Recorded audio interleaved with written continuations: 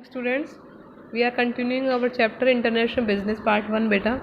Today we will discuss the benefits of international business. So let us start with the first one, benefits to nations. In this we will see that what are the benefits which the countries are getting which are doing international trade. So the first one is earning of foreign exchange.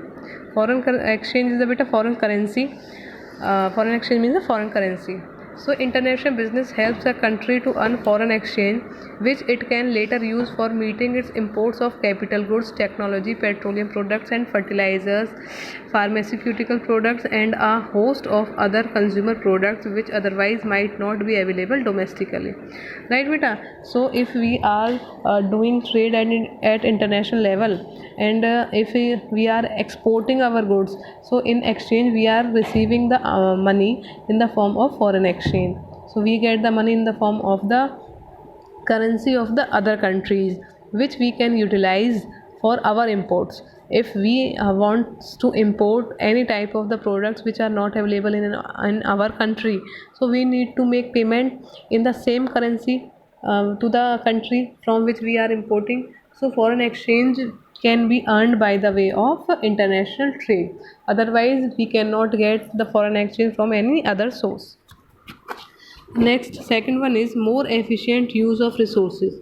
Every country can make the more efficient use of resources if it is doing international trade. How? Let us see. As discussed earlier, international business operates on a simple principle: produce what your country can produce more efficiently and trade the surplus production so generated with other countries to procure what they can produce more efficiently. When countries trade on this principle, they end up producing much more than what they can when each of them attempts to produce all the goods and services on its own. If such an enhanced pool of goods and services is distributed equitably among nations, it benefits all the trading nations. सो बेटा इस point में हम ये देखते हैं कि कोई भी कंट्री जो इंटरनेशनल ट्रेड करती है, तो उनका एक वो सिंपल प्रिंसिपल फॉलो करते हैं कि उनके पास जो रिसोर्सेज ह्यूज अमाउंट में अवेलेबल है, जिनको वो एफिशिएंटली यूज़ कर सकते हैं, उनको यूज़ करके वो क्या करेंगे, अपने प्रोडक्ट्स को रेडी करते हैं और लम सम अमाउंट में प्रोडक्ट्स तैयार करके उनको फिर एक्सपोर्ट कर देते हैं. और ऐसे प्रोडक्ट्स, ऐसे रिसोर्सेज जो उनके पास लम सम में अवेलेबल नहीं है, तो उनको वो इम्पोर्ट करते हैं फ्रॉम अदर कंट्रीज़, जिसकी वजह से इम्पोर्ट और एक्सपोर्ट की जो प्रोसेस है वो होती रहती है. तो इसी वजह से कंट्रीज़ जो हैं अपने रिसोर्सेज को बेस्ट तरीके से यूज़ कर पाती हैं. जो रिसोर्स उनके पास नहीं है या जो रिसोर्स उनके पास कम हो रहे हैं, डिक्रीज़ हो रहे हैं जो रिसोर्सेज, उनको वो एज़ इट इज़ छोड़ देते हैं, उनको वो यूज़ अप नहीं करते हैं, नहीं तो बिल्कुल ही एग्जिस्ट नहीं करेंगे, वो पूरी तरीके से समाप्त हो जाएंगे और वो दूसरी कंट्री से इंपोर्ट कर लेते हैं द प्रोडक्ट्स जो उन्हें जिनकी डिमांड होती है, और अपनी कंट्री में वो उस चीज़ का प्रोडक्शन नहीं करते हैं क्योंकि रिसोर्सेज अवेलेबल नहीं है. लेकिन अगर आपकी कंट्री में जो कुछ रिसोर्सेज ऐसे हैं जो लमसम अमाउंट में अवेलेबल है, उन रिसोर्सेज को यूज़ करके वो प्रोडक्ट्स तैयार करके फिर उनको एक्सपोर्ट करते हैं. इससे एक्सपोर्टिंग और इम्पोर्टिंग दोनों कंट्रीज़ को ही बेनिफिट हो जाता है कि उनके रिसोर्सेज का बेस्ट और एफिशिएंट तरीके से यूज़ हो पाता है. The third one is improving growth prospects and employment potentials. तो देखिए, इसकी वजह से इंटरनेशनल बिजनेस की हेल्प से हमारा ग्रोथ, मतलब किसी भी कंट्री की जो ग्रोथ होती है, ग्रोथ और डेवलपमेंट होती है, वो इंक्रीज़ हो पाती है. और एम्प्लॉयमेंट पोटेंशियल, एम्प्लॉयमेंट जो है लोगों को, वो भी इंक्रीज़ होती है.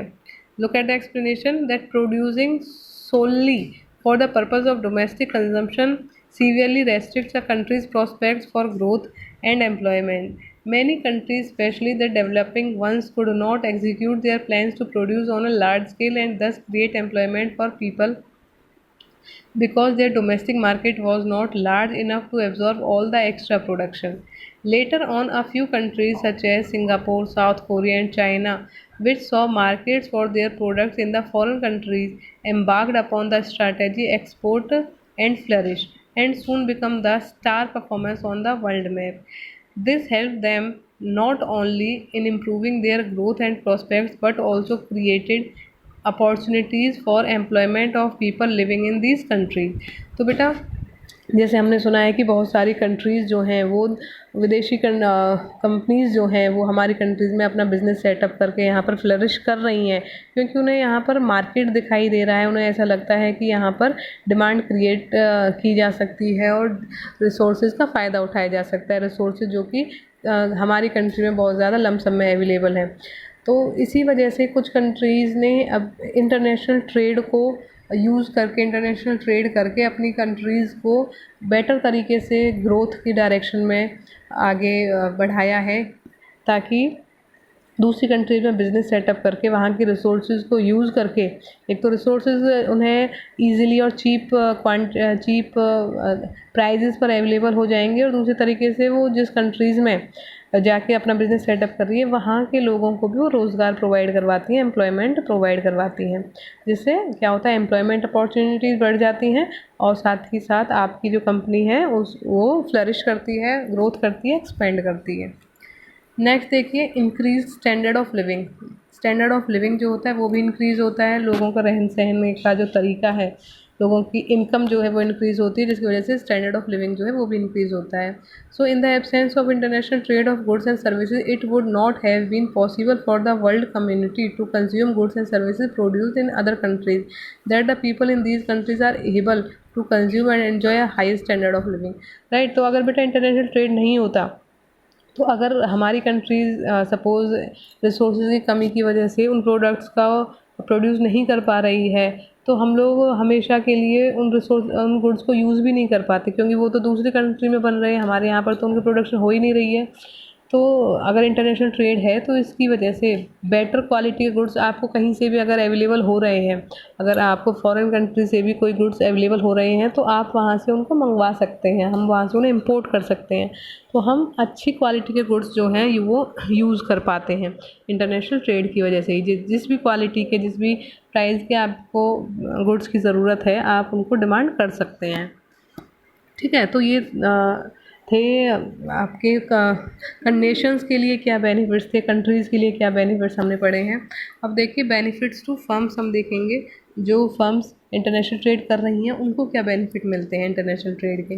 First one is prospect for higher profit. तो प्रॉफिट मार्जिन जो है बेटा वो इंक्रीज़ होता है, क्योंकि कोई भी कंट्री एक्सपोर्ट तभी करती है जब उसकी खुद की कंट्री में डिमांड नहीं है या फिर कम प्राइजेस पर उसके गुड्स सेल हो रहे हैं, तो वो दूसरी कंट्री में अपने गुड्स को सेल करने को प्रेफर करती है।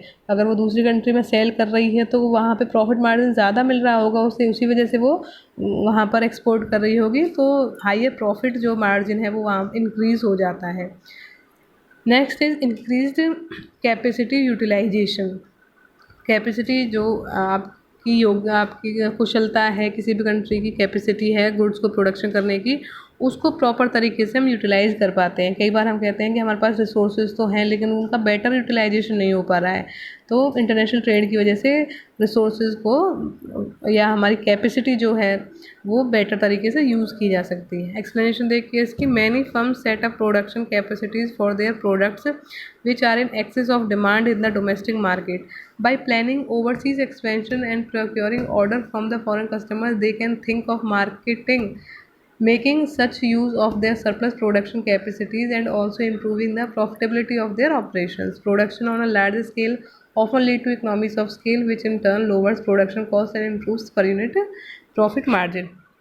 ठीक है बेटा, तो वही सब आपको गिवन है कि अगर आप फॉरेन कंट्री में एक्सपोर्ट करना चाहते हैं, आप फॉरेन कंट्री से ऑर्डर लेके फिर प्रोडक्शन ज़्यादा से ज़्यादा प्रोडक्शन करते हैं, फिर उसे एक्सपोर्ट कर देते हैं। और जब प्रोडक्शन लार्ज लेवल पर की जाती है, लार्ज स्केल पर प्रोडक्शन की जाती है, तो वहाँ पर बहुत सारी इकनॉमीज़ ऑफ स्केल हो जाती हैं, बहुत सारी बचतें जो होती हैं वो प्रोड्यूसर्स को मिल जाती हैं, जिसकी वजह से प्रॉफिट मार्जिन जो वो इंक्रीज़ होता है और बेटर यूज़ हो पाता है हमारे रिसोर्सेज का।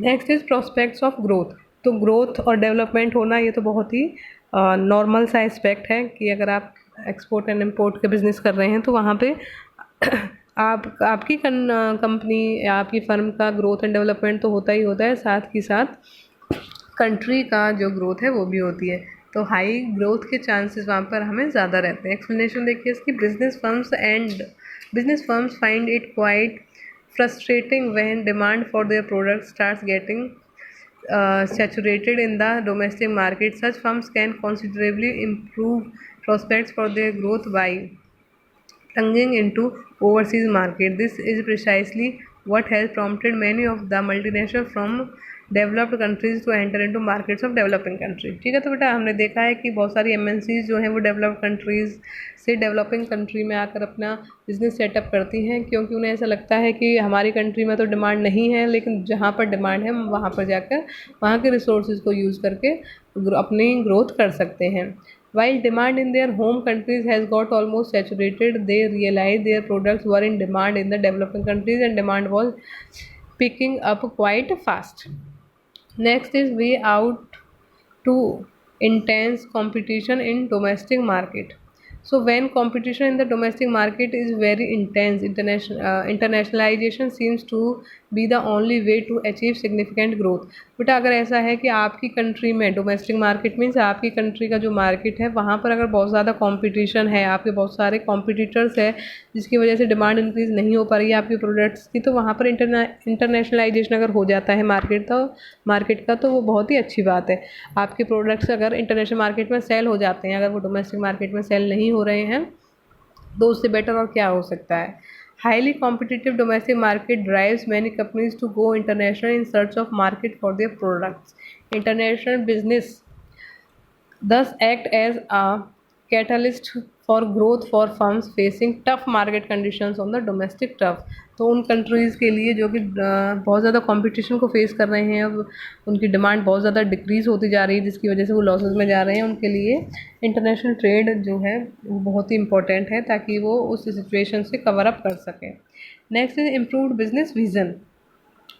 The growth of international business of many companies is essentially a part of their business policies and strategic management. The vision to become international comes from the urge to grow, the need to become more competitive, the need to diversify and to gain strategic advantages of internationalisation. तो बेटा कोई भी country जब internationalisation करती है, international trade में आती है, तो बहुत सारी उसकी ज़रूरतें होती हैं, जैसे कि वो ग्रो करना चाहती है, वो कंपटीशन को फेस ना करते हुए कंपटीशन से बचना चाहती है, या फिर कुछ कंट्रीज़ कंपटीशन में भी आना चाहती हैं। जैसे कि अगर हम कहते हैं कि अगर हमारे कंट्री के प्रोडक्ट्स जो हैं वो इंटरनेशनल मार्केट में सिर्फ तभी स्टैंड कर सकते हैं जब उनकी क्वालिटी बहुत ज़्यादा अच्छी हो, तो वहाँ पर आपको कंपटीशन तो फेस करना ही पड़ेगा। ऐसा नहीं है कि अगर आप इंटरनेशनल मार्केट में जा रहे हो तो आपको कंपटीशन फेस नहीं करना पड़ेगा, क्योंकि जिस भी कंट्री को आप चूज़ कर रहे हो, जिस भी कंट्री का आप मार्केट चूज़ कर रहे हो, वहाँ पर भी तो सेम टाइप के प्रोडक्ट्स बनते होंगे, तो वो कॉम्पिटिशन तो आपको वहाँ पर भी फेस करना पड़ेगा। आप डाइवर्सिफाई करना चाहते हो, आप एक्सपेंड करना चाहते हो, तो वहाँ पर इंटरनेशनलाइजेशन जो है मस्ट है। ठीक है बेटा, तो ये हमारे टॉप जो बेनिफिट्स थे टू द फर्म्स ये हमारा कंप्लीट हो गया है।